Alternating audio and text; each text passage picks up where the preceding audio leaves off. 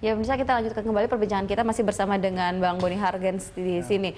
Kita masih bahas tentang kedua pasang ini plus minusnya. Nah, kalau misalnya kita bicara soal antara Yusuf Kalla dengan Hatta Rajasa, kita tahu dari segi elektabilitas sejauh survei dilakukan, Yusuf Kalla masih mendominasi, masih lebih tinggi dibanding Hatta Rajasa seperti itu. Nah, akan seperti apa kemudian ini membantu Hatta Rajasa membantu Prabowo untuk memenangkan Pilpres? Iya, saya kira memang membantu ya, otomatis secara kapital. Nanti pasti ada tambahan dana kampanye dan sebagainya. Terus kemudian juga masa juga ada tambahan masa dari PAN. Tapi kan elektabilitasnya masih di bawah.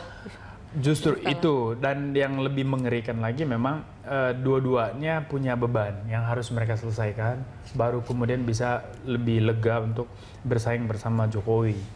Dan inilah memang kesulitan. Buat saya agak membingungkan juga sebetulnya secara apa ya, kalau dihitung dari aspek matematika politik, apa kehebatan dahsyat dari seorang Hatta sehingga kemudian Prabowo mau memilih Hatta gitu loh. Kalau dibandingkan dengan beberapa nama sebelumnya, ada nama PKS memang lebih baik Hatta daripada nama-nama lain yang disebut. Tetapi kan tidak harus nama-nama itu. Saya membayangkan kalau misalnya Prabowo melobi Abraham Samad misalnya, atau Abraham Samad kan sempat disebut dekat ataupun belakangan jadi calon kan, dari belakangan, Jokowi. cukup serius dipertimbangkan di Jokowi, tapi belakangan. Maksud saya ini kan dari dulu Pak Prabowo mengantongi nama Hatta itu.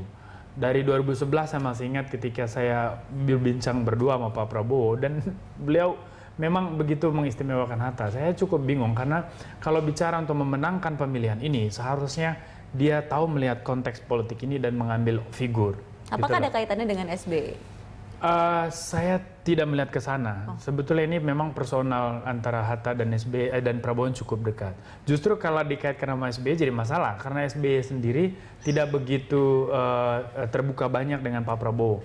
Mereka masih punya beban masa lalu ya yang harus mereka selesaikan. Saya mau bilang masih ada dusta lah di antara mereka. Sehingga sulit sekali Demokrat sampai hari ini mengambil sikap apakah bersama besannya atau kemudian bersama Golkar ikut menjadi penggembira atau penari latar di Pilpres ini gitu loh. Dengan memunculkan figur lain yang bisa dampingi. Kembali ke Hatta Rajasa tadi bahwa seperti apa dia kemudian selain kapital, tapi ketika elektabilitasnya dia tidak begitu, ya masih berada di bawah Yusuf Kalla. Ya, pertanyaan kamu memaksa kita untuk berkesimpulan cepat bahwa memang kita sudah tahu siapa yang akan menang dalam pertarungan ini. Secepat itu kah kita sudah bisa memastikan siapa yang menang? Karena kan Prabowo juga tidak bisa dianggap lawan dengan asumsi faktor-faktor lain itu stabil. Selalu asumsi itu kan mengandaikan ada faktor yang tetap.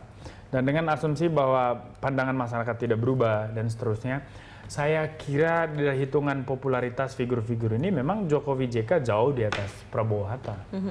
Kalau diakumulasikan antara popularitas Prabowo yang mungkin masih 20-an sampai 30%, terus kemudian Jokowi di atas 40 sampai 50, terus kemudian JK yang juga di atas 20%, terus Hatta yang di bawah 20%. Dan jelas sekali secara matematis Jokowi JK udah telak menangnya.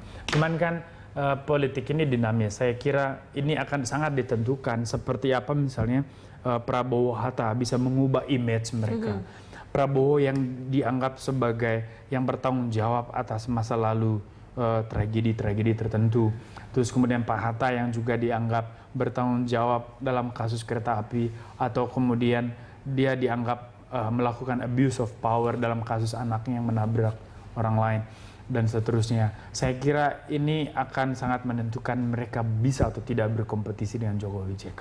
Baik.